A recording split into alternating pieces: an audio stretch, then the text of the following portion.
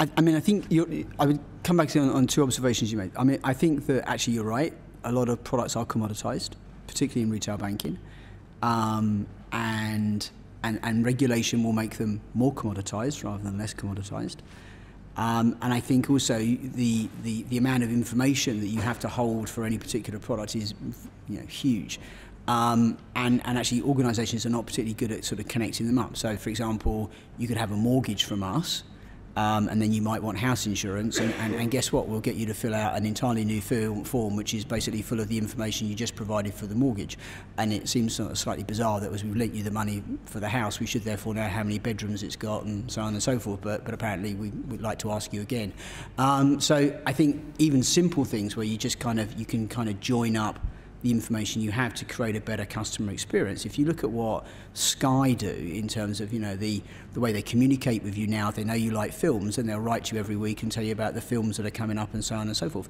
There's no reason why we as a bank shouldn't be able to sort of use information that we have intelligently to create an experience with our customers whereby we connect with them in a convenient way using information that is relevant to them and things they're interested in, using digital media as a way of doing it, rather than the traditional sort of we're going to sell insurance for 6 weeks, so basically hammer down and flog insurance for 6 weeks, and we have to do that, and because I think actually the changing needs of consumers are that they don't want to be cold called, they don't want to be hassled when they're paying money in at a branch. They want someone to connect with them at a time that is convenient for them and where they can actually park the information and come back to it when they need it and so on and so forth. So I think we have to use information to connect with our customers in a way that is much more user friendly to them and they find much more useful in terms of their lives. Same applies to businesses. I think you've got to find a way to try and connect with businesses in things that are of interest to them.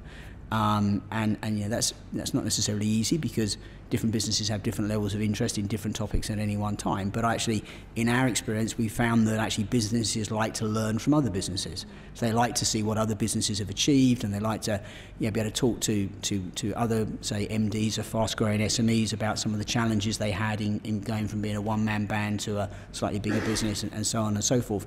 And I think actually using your relationships to connect people in a sort of network, I think is probably one of the more useful things you can do. And from that, actually, trade does flow. I mean, we took 12 female entrepreneurs to Boston 2 weeks ago on a trade mission. And not only was it great that all 12 of them came back with tangible contracts for business, but actually 12 people who never met each other have now got a network which is incredibly powerful just after a week of spending time in Boston together, and they're starting to trade with each other and talk to each other about things they can do together. Now, without us, that wouldn't have happened. Now, and I think that's a kind of useful thing that we can do. And we don't, I mean, I would like to think that actually they will reflect fondly on the fact that Santander arranged this for them and bring their banking to us, but it wasn't a prerequisite for the trip. So I think it's a useful thing we can do. Yeah, I mean, I agree with everything that Steve said. I think the other aspect I would say on it is that I think when you get into the corporate banking space, you've got a different approach given the kind of model and the very much the people focus of it. So you might have an array of products, but actually your proposition is your people and how you put those products together. And I think some of the biggest change in the last few years has been all the banks have sought to up their game in terms of the expertise that they have in, say, areas of like trade, etc., because that's what businesses need. And the challenge for us is how do you bring that expertise through your relationship management team.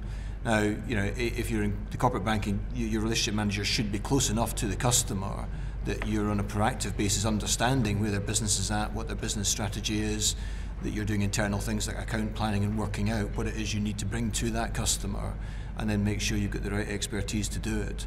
And those experts, whether it be trade people, cash people, etc., are also great ways of then forming other networks with similar customers, to Steve's point. And I think a lot of what we do when we do networking events, around do bring customers together that are looking at similar experiences, and that usually is the output of why we do these events.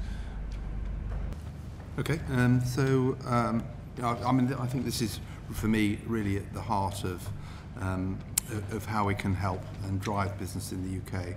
I mean, a couple of examples, I think. I've been working with colleagues who have been supporting a bank called Umpqua Bank, which is a regional bank in the US, and they've been using their banking halls to hold meetings for local entrepreneurs to generate the kind of networking that drives local business for them, and that's been proved very successful. And around the world, banks are starting to think about how can we create online communities for people who bank with us. And I guess one of the things I said to this guy called Gary I spoke to last week was, for me, competitive advantage for a bank is truly when customers turn around and say that my business is more successful because I bank with the bank that I bank at, and because they provide me with advice and drive my business forward, get me on the growth agenda. And I'm not convinced that there are many customers who would say they're materially better off as a result of this support. I mean, there will be occasions, but for the majority of customers, I don't see them saying that vocally, and it doesn't seem to be the political rhetoric that we're hearing from government. Okay, we've got a few questions lining up.